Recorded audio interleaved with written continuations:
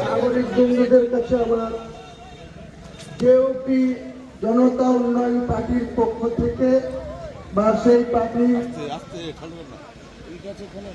All বেঙ্গলের chairman হিসাবে আপনাদের কাছে আমি কয়েকটি কথা বলতে চাই এবং বাংলার মসনদ থেকে মমতা বন্দ্যোপাধ্যায়কে উৎখাত করার ডাক দিব 1 ফেব্রুয়ারি 2026 সাল। এবং আমি আশা রাখি মহান আল্লাহ তাআলাকে উপরে ভরসা রেখে এটা বলতে পারি যে আমি এই জনতা উন্নয়ন পার্টি আগামী দিনে বিজেপিকেও ক্ষমতা দূরে রাখতে সক্ষম হবে এবং তৃণমূলকেও ক্ষমতা থেকে উৎখাত করতে সক্ষম হবে। আম জনতার পার্টি, জনতা উন্নয়ন পার্টি।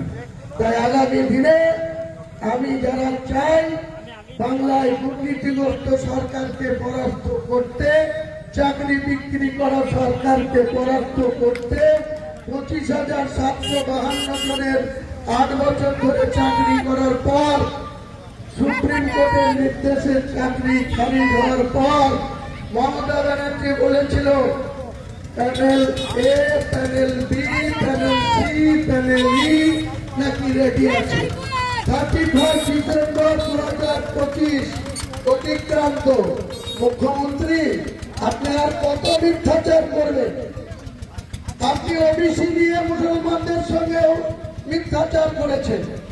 ওয়াকফ আইন যখন ভারতবর্ষের সরকার মুসলিমদের সম্পত্তির উপরে হাত বাড়াতে চাইল, সরকারি আধিকারিকদের ওয়াকফের মোতাবের উপরে দখলদারি নিতে চাইল, আপনি বললেন আপনি বাংলার মুখ্যমন্ত্রী যতক্ষণ আছেন তার মুসলমানকে চিন্তা করতে হবে না, আপনি নাকি একাই মুসলমানদের সবকিছু করে দেবেন। কেন আজকে কেন্দ্রীয় সরকারের ওয়াকফ আইন আপনি মেনে নিলেন? কিসের স্বার্থে? আরএসএস এর কথায়? তলায় তলায় আরএসএস এর মার্কা মুখ্যমন্ত্রী আপনাকে উপযুক্ত শিক্ষা এই জনতা উন্নয়ন পার্টির নেতৃত্বে আগামী দিনে বাংলার মানুষ দেবে। তাই পলাশীর এই প্রান্তরে, পলাশীর ইতিহাস 1757 খ্রিস্টাব্দে বাংলা বিহার উড়িষ্যার শেষ নবাব এই পলাশী থেকেই পরাজয় স্বীকার করেছিল। আমি এই পলাশী থেকেই বলছি, ঐতিহাসিক পলাশী থেকে 2026-এ মমতা বন্দ্যোপাধ্যায়কে উৎখাত করার ঘোষণা এখান থেকে আগামী দিনে জনসভার মাধ্যমে হবে।